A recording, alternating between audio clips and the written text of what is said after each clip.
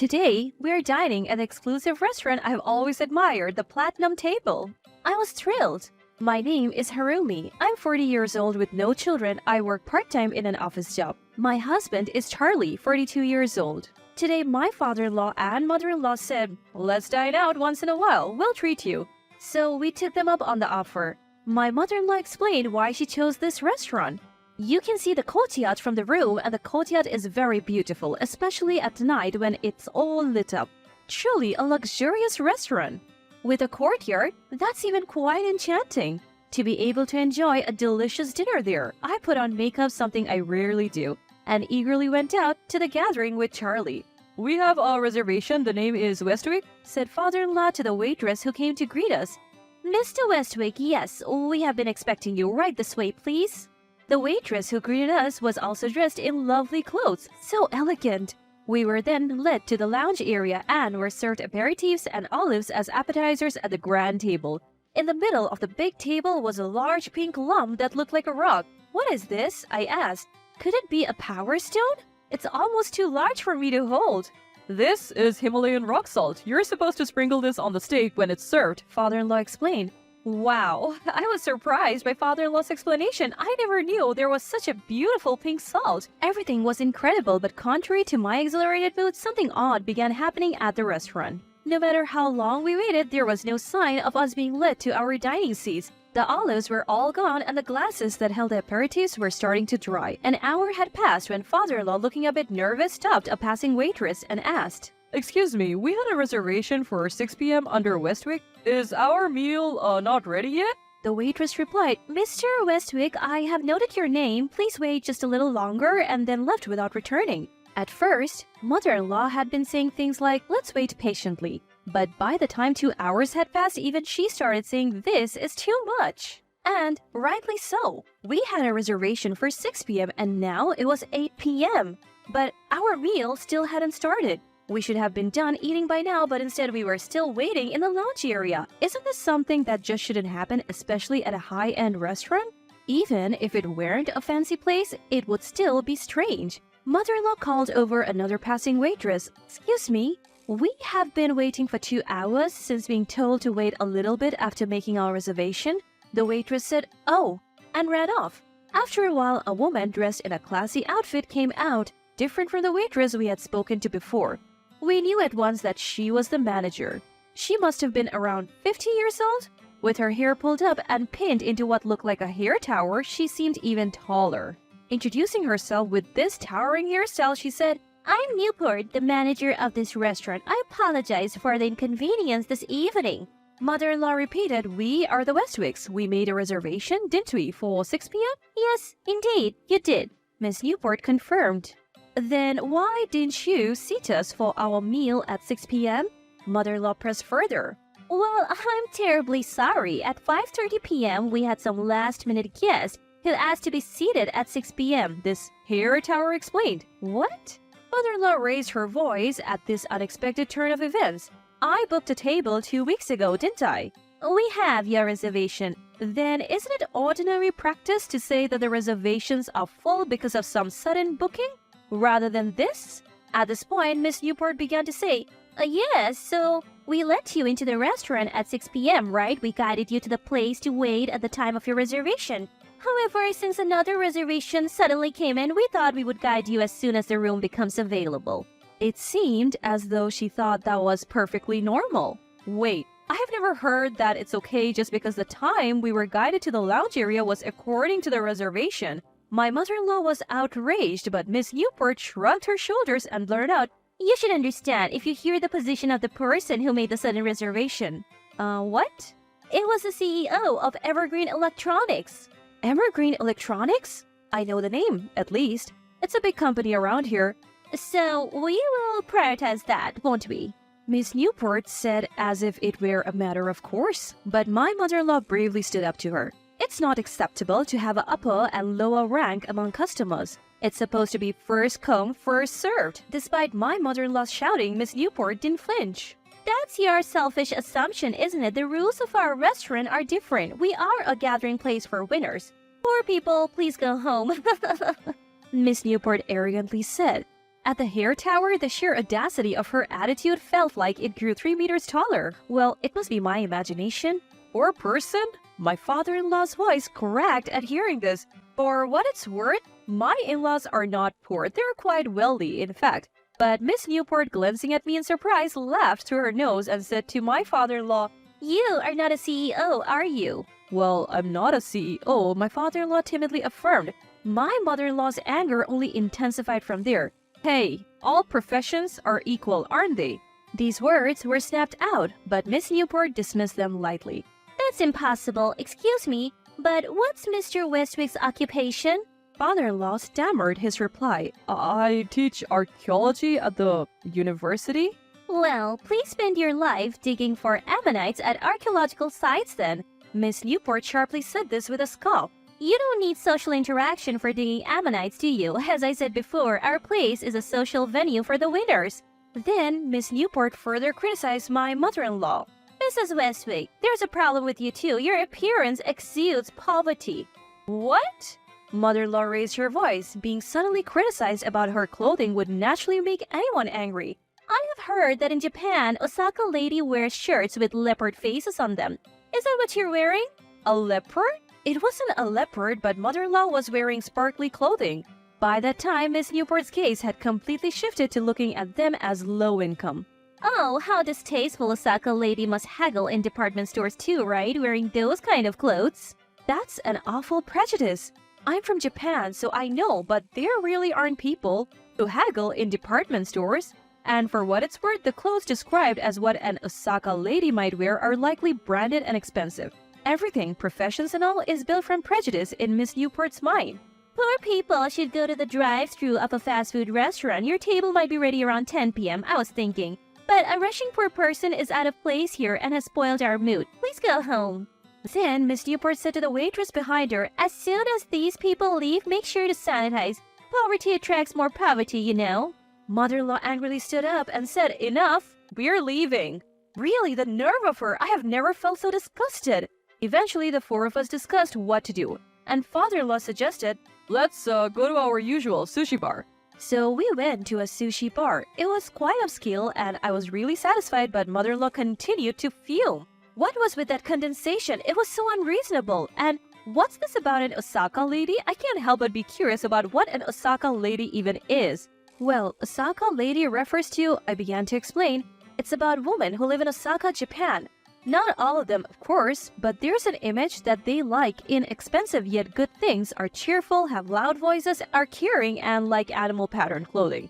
Like the clothing I'm wearing now, for example? Well, there's a wide variety, so there might be something similar. I found Miss Newport's familiarity with Osaka lady amusing, but mother-in-law's anger was at its peak. That Miss Newport should be brought down to poverty by those she looked down on as poor people. At mother-in-law's intensity, the three of us gulped down our prized Toro without chewing. Now, less than a month from that incident, mother-in-law contacted us. "We are going to the platinum table." What? I exclaimed over the phone. Even though we were bound to have another unpleasant experience, why? "It's for dinner, of course. Let's go at the same time as last time, 6 p.m. Okay. They invited us, you know," mother-in-law said with a laugh and then hung up the phone. That weekend, we were back at the platinum table by 6 p.m. As soon as we arrived at the restaurant, the waitress was already at the entrance to greet us. "Mr. and Mrs. Westwick, I presume we have been expecting you," she said. And we were seated as soon as we were served pre-dinner drinks and olives in the lounge area. You could tell the room facing the courtyard was the best one, and the dishes that came out were all incredibly delicious. Caviar and herbs were served with each dish, all cooked with great care. A feast for both the eyes and the tongue. Towards the end, a steak was served and we were told to eat it with Himalayan rock salt. The steak's deliciousness, its savory taste, and the depth of the Himalayan rock salt, it was heavenly. I felt like I was floating to the sky. The garden lit up as we looked around, made me feel like a queen. Such a dreamy time came to an end, and as we were having sherbet, Miss Newport came over. "Mr. and Mrs. Westwick, how was your meal?" "Yes, it was absolutely delicious," my mother-in-law smoothly replied as she sipped desert wine. Seeing this, Miss Newport looked relieved and began to apologize. "I sincerely apologize for causing any discomfort due to our rudeness on this occasion." But after everyone finished their sherbet, mother-in-law said, "Thank you for your meal. I suppose we won't be meeting again." Oh, what? Miss Newport exclaimed. "We came here only because you said you wanted to talk. We ate the food because it was suddenly served to us, but what's the point?" "What's the point? After all the eating and drinking, mother-in-law? Do you understand what's going on?" Despite having finished her meal so neatly, mother-in-law started questioning Miss Newport even more. Miss Newport's voice became quieter, and then she confessed to her wrongdoing. We are a social venue for winners, telling a poor person to leave and such disrespectful remarks. "That's right." So when you said that, my response was, "Oh, really? Then let's terminate the deal?" Mother-in-law slowly and quietly placed her glass down. Miss Newport's face turned even paler. Miss Newport's tower of hair seemed about 5 inches lower than before, and then the spire of that hair tower fell. What a profound apology. I'm so sorry. I never thought Stellar Tech Group would cancel all the deals.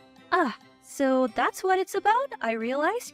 Mother-in-law was the head of the General Affairs departments of Stellar Tech Group, which had branches all over the U.S. Whether it was the closing ceremony of the manager's training, appreciation gatherings, group dinners, on company trips, or intergroup mingling, it was the General Affairs department that made the arrangement. Mother-in-law was the top of that department. She must have also instructed the subsidiaries not to use this restaurant. The one who arbitrarily decided that you're not a winner if you're not a CEO and not a winner if you wear leopard print was you, wasn't it? Mother-in-law sneered and then said, "Don't underestimate the General Affairs Department and don't underestimate people who aren't CEOs. I truly apologize for the rudeness. I'm so sorry." Miss Newport bowed even lower. "What exactly are you sorry for? Would you like to tell me?" Mother-in-law said, looking down at her. "I wrongly judged you, Miss Westwick, as not being a winner based on appearance." Mother-in-law sneered again and waved her hand. "That's not it at all. You don't understand why I'm angry." I looked back and forth between mother-in-law and Miss Newport. You know what? I'm the head of the General Affairs Department at Stellar Tech Group, and let me be clear about this. The General Affairs Department is like a jack-of-all-trades for the company's employees. Anything and everything comes to the General Affairs Department. No matter who it is, whether it's about their family or social life, people come to the General Affairs Department with their concerns. Our job is to be there for them and support them in whatever they need. And so when you think about it, mother-in-law said, and then slammed the table. The idea of winners and losers judging people by your own standards is incredibly audacious. Is the CEO the only winner? That's laughable. Every single person is struggling and living their life. If you're going to label them winners or losers, then unless a person thinks they have lost, everyone's life isn't a loss. You can say it's in the middle of the game, so as long as you don't think you have lost in life, you haven't lost. Others shouldn't be arbitrarily judging and meddling in that. As someone who's always been there for others, I have never judged anyone as a winner or loser in my role in general affairs. Father-in-law said, in that sense, being involved in the world of archaeology, something I've been interested in since I was a child, makes me a winner at the moment. Though ordinary, enjoying casual conversations with Harumi and having a family like that makes me feel like a winner too. I couldn't be outdone and proudly said, though it's a part-time job, I'm contributing to the company. I'm on good terms with Charlie, so I feel like a winner too at the moment. Now, about this clothing you arbitrarily labeled as poor person, oh, I'm really sorry. Do you think that being rich means only having something with a huge brand logo? And what do you mean by that? This is a custom-made piece, you know. It costs $70,000, but if you didn't realize that, isn't it your lack of discernment that caused this situation? Shall I tell you what brand it is? Mother-in-law mentioned a foreign brand that seemed out of my reach. Miss Newport somehow stifled a scream. Mother-in-law casually pinched the chest area of the garment and smiled. Look at this. Each decoration is hand-stitched. This is practically an art piece, and to think I wore it to a garden and a store that I thought had the dignity to match. Your lack of discernment is truly regrettable. Miss Newport weakly sat down and began to cry, looking down. Well, shall we go? After a while, mother-in-law stood up. Miss Newport quickly raised her bowed head and clung to mother-in-law's feet. I sincerely apologize. You don't have to pay. Mother-in-law said, shaking off Miss Newport, who was clinging to her leg. I will pay. We only came because you called us. The food came out, though we didn't order it, so we ate it. But it's troubling if you accuse us of dining and dashing, and it's annoying to be accused of that by someone who judges winners and losers. Consider this a farewell gift and accept it gratefully, she added. But Miss Newport clung on even desperately. Oh, if Stellar Group abandons me, both this restaurant and I will truly become losers. Please have mercy. Enough! Mother-in-law snapped, cutting off the cries. You're not a loser until you admit you've lost. Were you listening to me? Well, maybe not. With your attitude of arbitrarily judging customers' wins and losses, maybe you don't have the mind to understand such things. What really influences the direction of life is things like fate or luck. In that sense, this restaurant is facing a tough battle with strong headwinds ahead, but think of it as payback for looking down on people and judging them. Mother-in-law finally shook off Miss Newport. Still crying and clinging on, Miss Newport heard mother-in-law say, "You prioritize Evergreen Electronics over us, and they are a client of Stellar Tech Group. Their CEO probably won't come anymore." Soon after, the Platinum Table went out of business. It seems the location became a franchise restaurant. Since mother-in-law's company was the top customer, it seemed natural. Miss Newport tried to negotiate work at the restaurant but was refused, and since she was known in the community as the woman who closed that fine restaurant, she still hasn't found work. It appears father-in-law heard this from the restaurant manager when he went there with his university students. The manager was wryly smiling, saying, "I can't pick up a hand grenade, you know." A month later, mother-in-law came back from work with an abundance of flower bouquets. That day, Charlie and I rushed to celebrate with her. "It was so much to carry home that I had to ask for delivery," mother-in-law said, delighted. The day marked mother-in-law's retirement from the company. Our employees are our greatest asset. The words mother-in-law had displayed in her room epitomized her approach to her HR work, as she stood close with everyone from part-timers to full-time staff. She even received many flowers from the part-timers. "Well, I will remain with the company as a consultant for another 5 years, but after being treated like this, I wonder what face I should wear to the office tomorrow," my mother-in-law laughed. "You have received so many bouquets and cards, you're blessed. Surely you're a winner at the company, aren't you?" "I'm far from done. I'm still in the middle of the game. I haven't won or lost yet," came the spirited reply.